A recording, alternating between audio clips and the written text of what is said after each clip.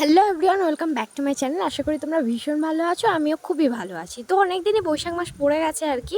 আর বৈশাখ মাস মানে মেলা, রবীন্দ্রনাথ আর সব কিছু।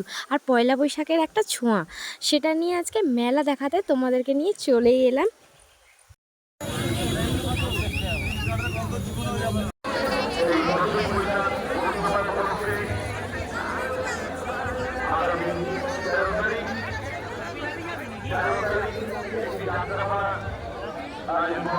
আর হ্যাঁ, মেলা দেখতে দেখতে তোমাদেরকে কিন্তু একটা কথা বলেই দেই, লাস্ট অবধি কিন্তু আমার সাথে তোমাদেরকে থাকতেই হবে। না হলে যেটা তোমাদের দেখানোর জন্য এই ভিডিওটা বানানো আর কি, সেটাও কিন্তু তোমাদের একটা আমার সাথে নতুন রকমের অভিজ্ঞতা।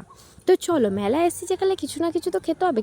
প্রথম খাওয়াটা কিন্তু ঘটি গরম দিয়ে স্টার্ট করা যায়। কে কে আমার মতো ঘটি গরমের পাগল সেটা একটু কমেন্টে প্লিজ জানিও। আমার তো ভীষণ ভালো লাগে, আর গরমের সময় রোল চাউমিনের থেকে এটাই বেটার।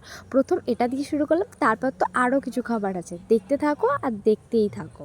যেটা তোমাদের জানানো, এই মেলাটা কী উপলক্ষে উদযাপন হচ্ছে আর কি। এটা হচ্ছে আমাদের পাড়ার 10ই বৈশাখের মেলা, যেটা প্রতি বছর এরকম 3টে দিন পালন হয়ে থাকে। আর এই যে ঘটি গরম খেয়ে আমি মোমো খাচ্ছি, দেখো এবার গরম লাগছে না, সেটা না, মোমো দেখে জাস্ট পাচ্ছি না নিজেকে আটকে রাখতে, সেটাই। তো এখানে কিছু কেনাকাটাও করে নিলাম, মেলায় এসে তো একটু কেনাকাটাও দরকার। তো চলে যাওয়ার সময় একটু পাপড়ি চাটটা খেতেই গেলাম। পাপড়ি চাটটা একটু বেশি বেটার লাগে অন্য কিছুর থেকে। তো চলো, পাপড়ি চাটটা খেতে তোমাদেরকে নতুন একটা অভিজ্ঞতার কথা শেয়ার করা যাক।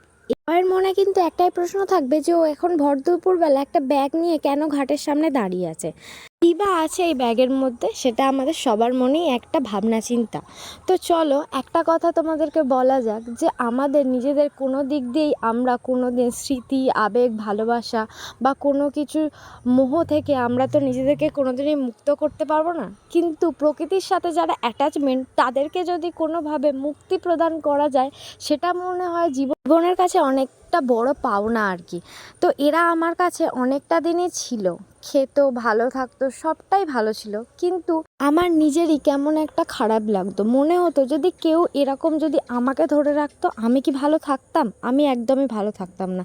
তাই কাউকে কোনো দিন জোর করে আটকানো যায় না, বা আটকে রাখা উচিত নয়। যে থাকতে ভালোবাসে তাকে রেখে দাও যত্ন করে। যতক্ষণ এরা আমার কাছে ছিল, সেই খুশির থেকে আজকে যেন আমি বেশি খুশি। আজকে আমার একটা মনে অনেক দিনের শান্তি, আজকে ওদের ছেড়ে দিলাম বা মুক্তি করে দিলাম।